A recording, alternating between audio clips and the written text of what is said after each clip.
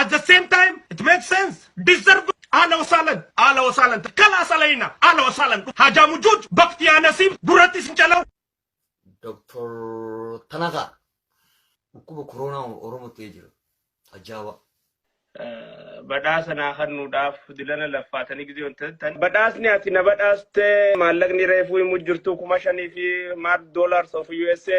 I am very touched. Hedduudha onnee na tuqe hedduudha na gammachiisa.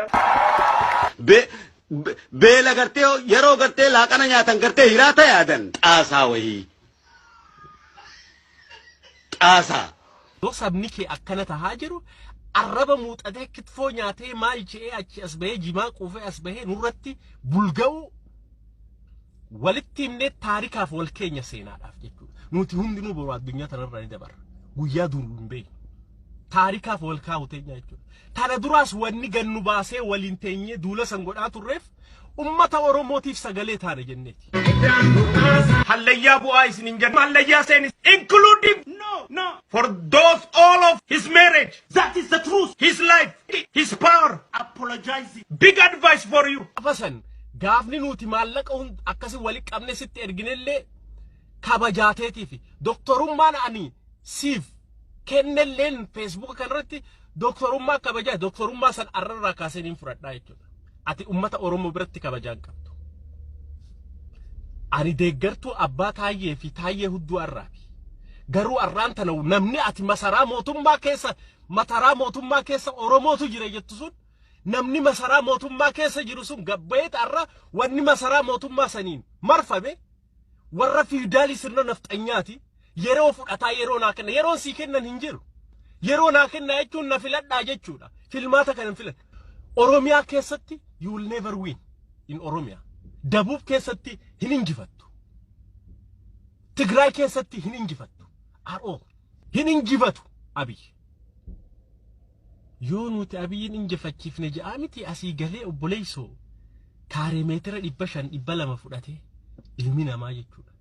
Obboleessoo wanni waliin nu baasee arraba san hunda dandeenye gaafa isirratti ka'an warraaniin sirraa diffeet godhaa ture jira warra akka caffeeraa misfaa warra akka eenyu fa'a.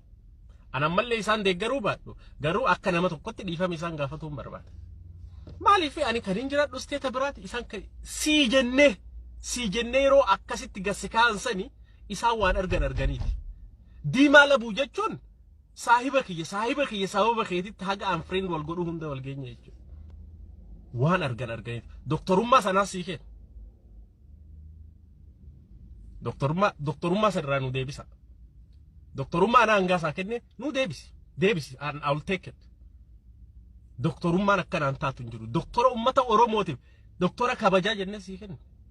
Ana announce video jiramti. Ummata Oromootiif kabajaan qabu sii fi warri si fakkaatullee jechuudha. Wanni inni ilma abbaa gadaatti wanni jedha ilmi abbaa gadaa gabbaheeti obboleessoo dhageessa. Ilmi abbaa gadaa gabbaheeti masaraa mootummaa keessa warri jiru warra nafxanyaa sirna dursan deebisuu deemuu siin jee jira ashaagireen kee kana caalaa wanni qabin jiru asirraa hodhorsee nutti jechuun akka hodhorsuu beeytani nu hodhorsee namni akkamitti waan nyaatuuf alba asirraa hundi isaaniitu jechuudha hundi isaaniitu akka qofaa miti tana dhiis warra foto copy paste tan maalii ka'abbuttaa jettuun tana warra barra boolla waraabeysaa keessaa bahee dhufee bara karaa gaara mul'ataati moo maalii kana jechuun waan takkan argin jechuun yaa Ameerikaa yaa Keeniyaa ati fuutee kana hunda waliin nu guurtee tokko ka Kanadaa kanarraa illee iyyu tokko gartee ka fuula kana jaakijaan tume fakkaata fuula isaa Baghdad reediyoo xaabiyaa Baghdad fakkaatu Baghdad B52 dha. Bombiin Ameerikaadhaa irratti roobde fakkaatu fuulli isaa. Baghdad gartanii beeytanii reediyoo xaabiyaa gaafa Bush dhayeessan akkas turte lolli sun. San as xagganii kottu kaateenaa fi kachaappiidhaan wayiin hidhaanii walitti.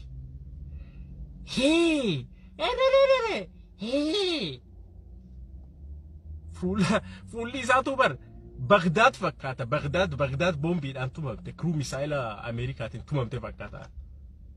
copy paste. Mee qubee ma afaan Oromoo baradhaa akkatti barreessan. English dhiisa English hoggaa wanni jettan.